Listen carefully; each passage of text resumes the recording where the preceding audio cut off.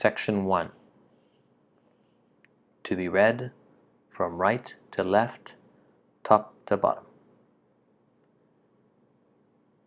Sayings.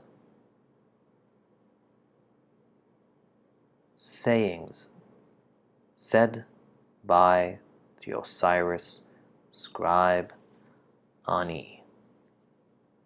He says,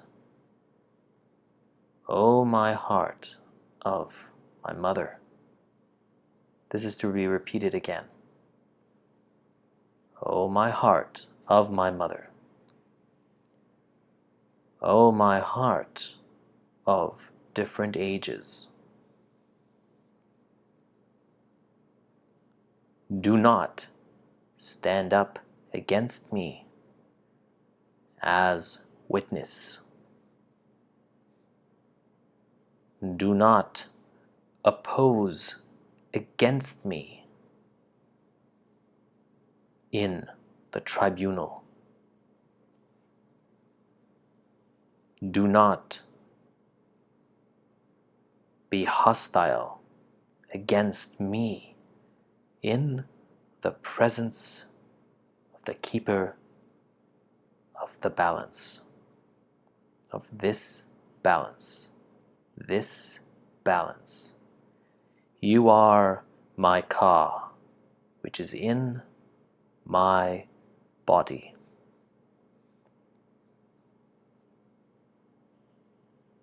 The protector that joined my members or body parts. Go forth, where to the happy place. Do not my name make stink or smell in the entourage. This is the entourage. The entourage. Do not say lies about me in the presence of the God. It is indeed well that you should hear. Section 2 should be read from left to right, top to bottom. Words spoken by Thoth, the judge of truth, in the great Aeneid or heaven, which is in the presence of Osiris.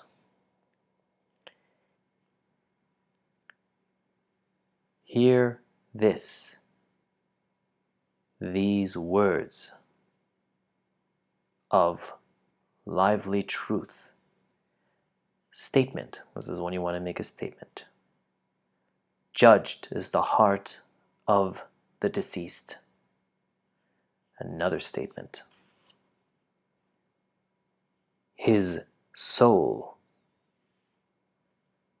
stands as witness for him. His deeds are righteous in the great balance. No or nothing, not, no sin, which continues down to here, sin has been found, which continues up here, found. No sin has been found in him.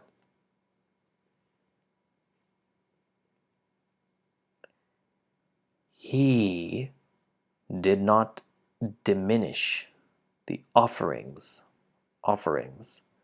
in fractions or divisions in the temples and in the cities. Now up here, he did not destroy what has been made. Again, he did not destroy what has been made.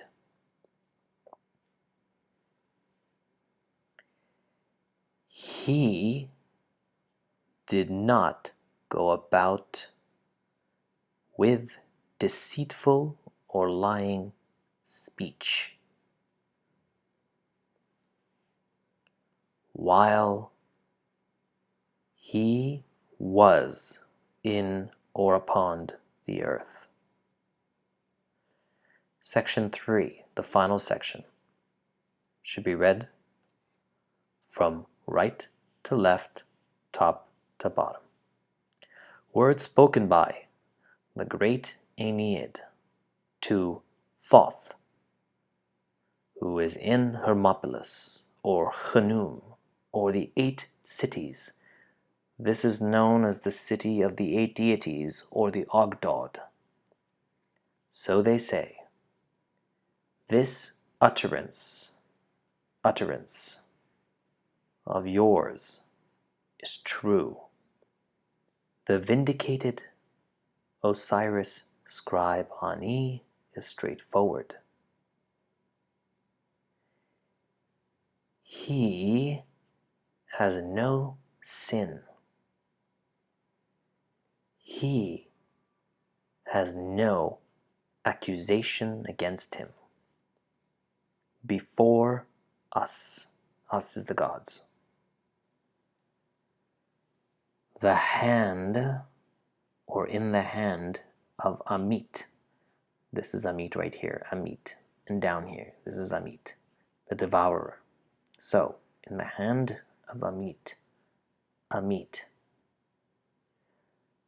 shall not be allowed to overpower,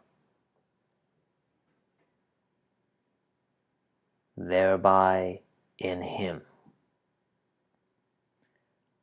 Let there be given to him offering to go forth in the presence of Osiris. May there be a patch of land established in the fields of offering, like the followers of Horus.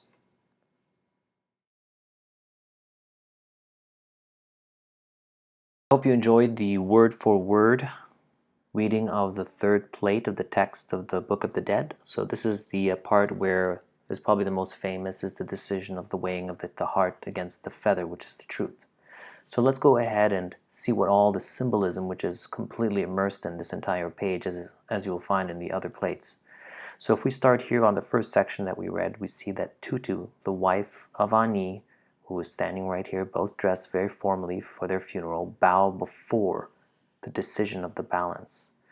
What you have here, these 2 ladies over here, which are Mesket and Renetutet, so Mesket and Renetutet, plus what you have as well is Shia, or also known as She. They are the 3 personifications of fate, as you could probably say in the Egyptian mythology.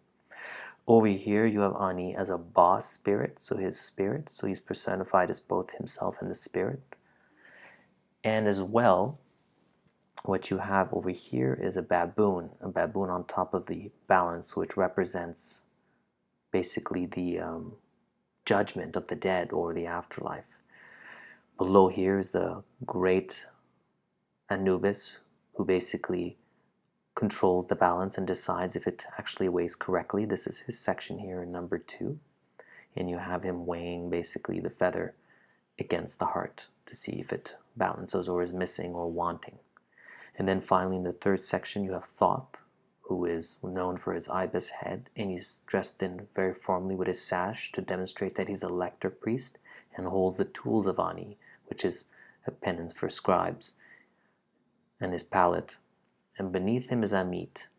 Amit is also known as she who swallows the dead, and this is basically the personification of almost hell. This is basically if your heart is too heavy or too light, then you're basically eaten by the devourer.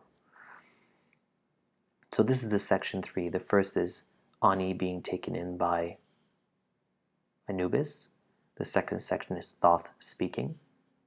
And then you have the third section, which are the gods up here. So let's go through the gods so you know who they are. Now over here is the offering, as demonstrated in the third section. An offering was brought forward to the gods, which is customary. The first god you have here is Re. So it says Re Horakti, the good god, or the great god as well,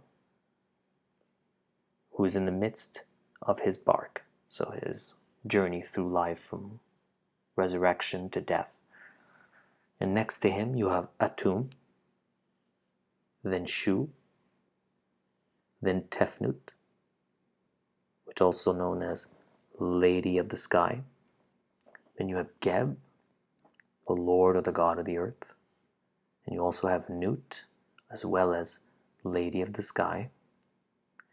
Over here you have Isis with her sister Nephthys. So Isis is here and Nephthys is over. And now you have Horus, the son of Osiris, who is known as the Great God. Over here you have Hathor, the sister of Horus, who is known as the Lady of the West, Lady of the West. And finally, at the very end here, you have Hu and Sia. Now they represent, Hu represents the authoritative utterance, and Sia represents perception. And they are a manifestation of the sun god Re. And they were all holding in their hand the Wa scepter, which is a symbol of power. So generally here is, in a nutshell, Ani needs to be weighed to make sure that his heart is true and just, and he has committed no sin. And it's recorded here by Thoth, who declares that his heart is good, meat does not eat him, and the gods accept him into the great Aeneid, or the fields of offering. I hope you enjoyed this plate. We'll be moving on to the fourth plate, so please stay tuned for that one. If you enjoy this particular educational description of the Book of the Dead, please like and subscribe. Thank you.